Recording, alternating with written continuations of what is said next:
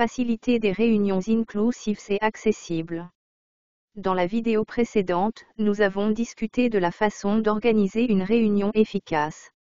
Rappelez-vous que les réunions efficaces ont généralement 4 éléments en commun, elles sont structurées, intentionnelles, collaboratives et inclusives. Dans cette lecture, vous explorerez le 4e élément, comment rendre vos réunions plus inclusives.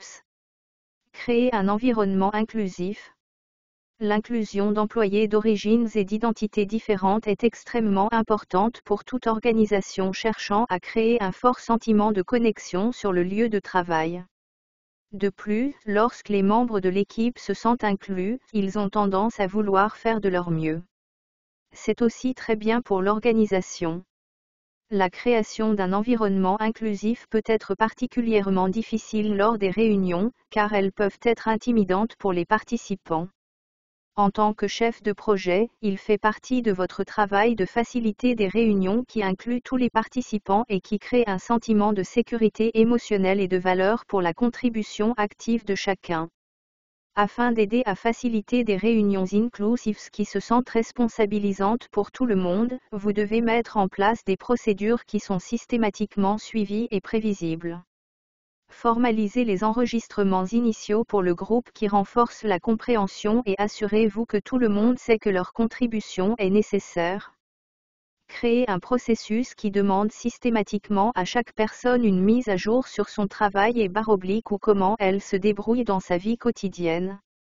Les questions doivent être ouvertes et variées dans le temps pour inclure un peu d'humour, des analogies et des opportunités de finir la phrase. En tant que chef de projet, votre modélisation donnera le ton à la dynamique de l'équipe, alors vérifiez toujours avec votre équipe et modélisez le professionnalisme, la vulnérabilité et l'empathie. Les enregistrements populaires incluent « Un moment fort de ma semaine a été. Et cette semaine, j'ai de la gratitude pour. » Accordez à chacun toute votre attention. Écoutez attentivement ce que tout le monde a à dire et veillez à ne pas interrompre quelqu'un qui parle. Le langage corporel, comme maintenir un contact visuel et tourner votre corps dans la direction d'un locuteur, peut aider quelqu'un à se sentir en sécurité pour exprimer son opinion. Évitez de secouer la tête, de détourner le regard ou de regarder votre téléphone lorsque quelqu'un parle. Aidez tous les participants à se faire entendre. Sollicitez les idées des participants et posez des questions pour encourager la participation. Si quelqu'un est interrompu, redirigez l'attention de tout le monde vers cette personne et invitez-le à terminer sa réflexion. Si quelqu'un n'a pas encore parlé, demandez-lui ce qu'il en pense. Il est important de noter que, pour certaines personnes, prendre la parole lors de réunions peut être intimidant.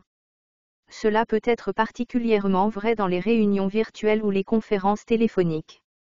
Cela est également vrai pour les personnes qui ne sont pas majoritaires dans la salle et qui peuvent avoir l'impression de représenter un groupe entier de personnes qui leur ressemblent, sonnent ou se présentent comme elles.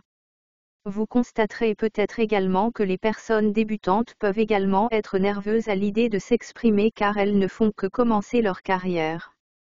Vous pouvez aider les gens à se sentir plus à l'aise et soutenus en leur faisant savoir à l'avance qu'ils seront invités à partager lors d'une réunion afin qu'ils puissent se préparer à l'avance.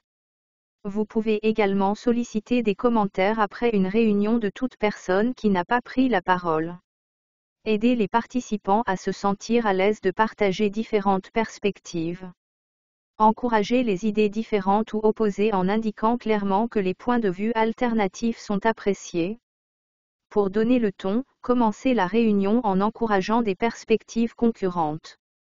Essayez d'obtenir au moins 3 points de vue sur un problème qui pourrait varier dans la pièce. Suivi après la réunion avec une demande de réflexion supplémentaire. Utilisez des images qui reflètent la diversité du monde. Dans votre matériel de présentation et vos documents, sélectionnez des images qui illustrent la diversité de races, de sexe, d'âge, de capacités, d'origine culturelle, de religion, de situation géographique, etc. Les personnes sur vos images doivent représenter des origines diverses pour favoriser davantage l'inclusion, permettant à tout le monde dans la salle de se sentir accueilli et représenté. Un groupe diversifié d'employés, dont un en fauteuil roulant et un avec des béquilles. Rendre les réunions accessibles à tous. Les réunions ne peuvent pas être inclusives si tout le monde ne peut pas participer pleinement. Il est important de vous assurer que vos réunions sont accessibles à tous. Accessible signifie que quelque chose est facilement utilisé, accessible ou adapté pour être utilisé par des personnes handicapées. Dans les réunions, cela signifie que les personnes en situation de handicap ne sont pas exclues de participer ou de comprendre les informations partagées. Lors de la planification de vos réunions, vous devez tenir compte des besoins des personnes souffrant des types de handicap suivants. Déficience visuelle et cécité. Perte auditive et surdité. Handicap moteur, c'est-à-dire avoir des difficultés à se déplacer, comme les personnes qui ont besoin de fauteuils roulants ou de cannes. Ces conseils peuvent vous aider à vous assurer que les participants suivants ont un accès complet à vos réunions. Les personnes déficientes visuelles. Matériel de présentation. Utilisez une police de grande taille, minimum 22 points. Utilisation couleurs très contrastées. Fournissez des descriptions textuelles alternatives pour toutes les images, graphiques, tableaux, etc. Fournir aux participants malvoyants ou aveugles un format électronique accessible de la présentation. Fournir des documents de présentation dans un format électronique accessible aux participants à l'avance. Décrivez tous les graphiques significatifs de votre présentation, tels que des photos, des images, des graphiques et des illustrations. Documents et documents imprimés. Utilisez une police de grande taille, minimum 18 points. Utilisez des lettres noires sur du papier blanc mat. Utilisez une police simple et évitez les polices compressées et les italiques. Utilisez 1,25 pour doubler l'espacement entre les lignes. Les personnes malentendantes. Faites toujours face à la personne avec qui vous communiquez. Ceci est particulièrement utile pour les membres de l'auditoire qui sont des lecteurs de discours.